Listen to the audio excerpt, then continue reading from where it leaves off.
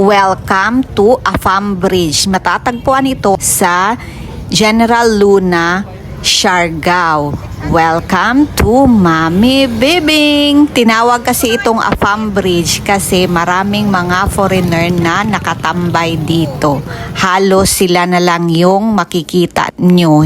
Hindi mo na makikita na may mga Filipino. Mas marami yung mga foreigners dito compared sa mga Filipinos. Halimbawa na lang yan sa restaurant na yan, puro Afam yan dyan lahat. Sabi ng tricycle driver na nasakyan namin, nabawasan na daw dito ang mga Afam sa Afam Bridge kasi lumipat na ang iba doon sa may skate road. Mas marami na daw doon ng mga Afam na nagsiskating. Dati nakikita ko sa vlog, marami nag-skate din dito sa Afam Bridge. Pero sabi ng tricycle driver, lumipat na daw doon sa skate road na naman ang tawag nila. Pag pumunta kayo dito ng Siargao, kailangan nyo mapuntahan ang Afam Bridge at saka yung Cloud9 kasi hindi kompleto yung Siargao trip mo pag hindi kayo nakavisit sa Afam Bridge at saka sa Cloud9.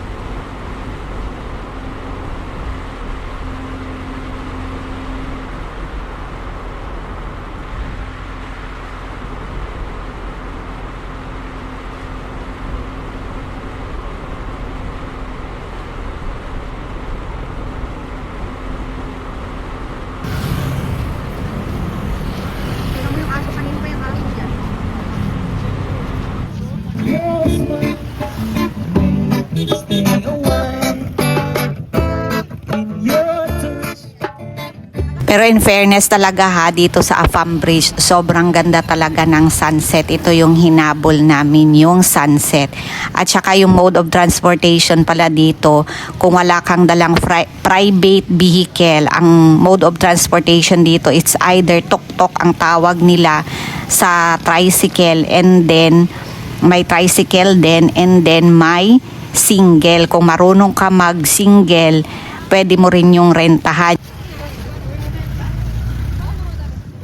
Kami mula sa hotel namin ay kumuha kami ng tuk-tuk, 600 yung bayad namin papunta dito sa Afam Bridge, and then sunod naman pupunta naman kami doon sa Cloud9 hanggang ibalik niya kami doon sa aming hotel. So 600. Sabi nila mas cheaper daw yung motor compare sa tuk-tuk kasi yung motor buong araw mo na yun rentahan. Kaso tatlo kami at saka hindi kami marunong magmotor. Ang mga Afam, ang ginamit nilang mode of transportation dito ay yung single na motor. Mamili muna kami ng souvenir, and after dito sa Afam Bridge, pupunta na kami sa Cloud9. Yun na yung pinaka sikat na surfing beach dito sa Siargao. Nasa General Luna pa rin.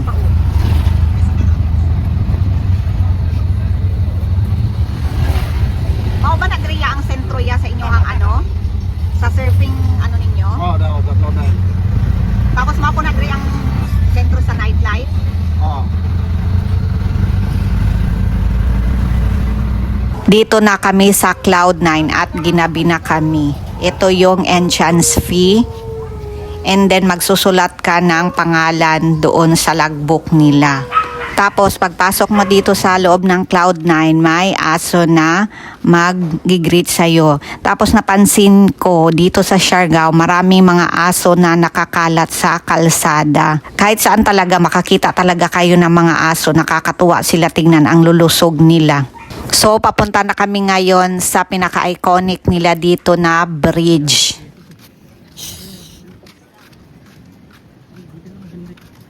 Ayan ang mga surfer. Doon pa sa atin, wala.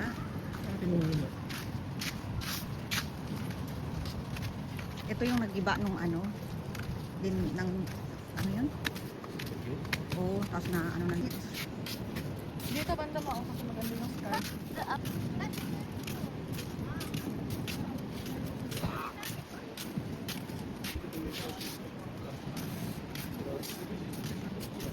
Ito na yung naabutan namin, low tide na. Kasi paggabi na nga.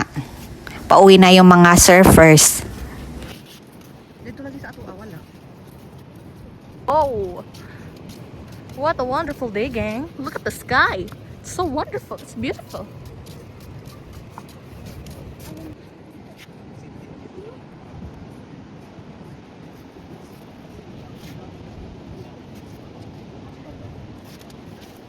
Dilim siya dyan.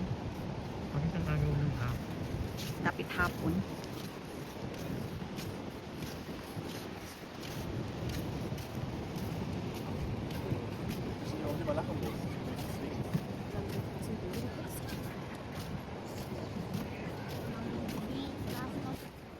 Ang ganda nun, no? Yung parang iglo.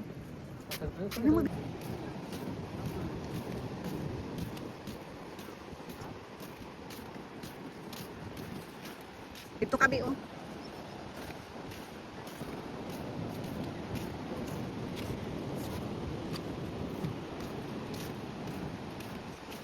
Ayun, no, bit-bit na sila ng surfboard nila. Pauwi na sila.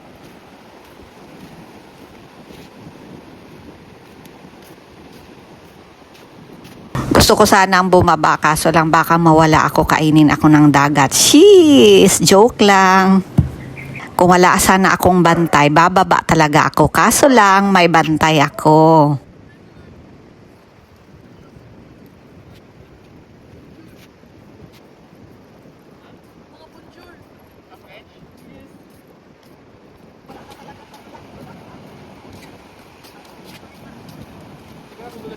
Hindi.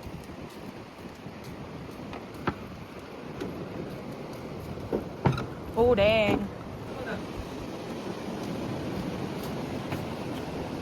Wala naman ka-view dito eh. Grabe ang liwanag niya. Grabe ang laki ng mas malaki talaga sa mati. Yan yung talaga sa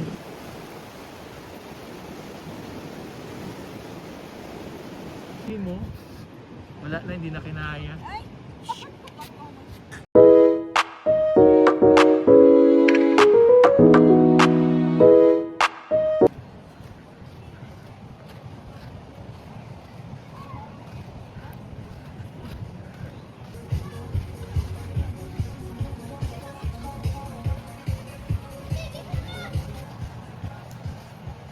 Ayun yung bridge, doon kami nang galing.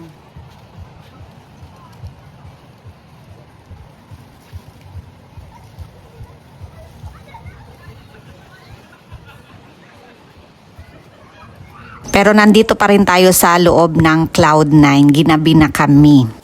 So, pauwi na kami mga ka-premies. Hanggang sa muli. Please don't forget to subscribe, share, like, comment, and hit the notification bell for the next video. Thank you so much. God bless everyone. Abangan ninyo ang aking sunod na adventure kasi wala akong bantay. Kaya nakapag-adventure ako ng buwis buhay.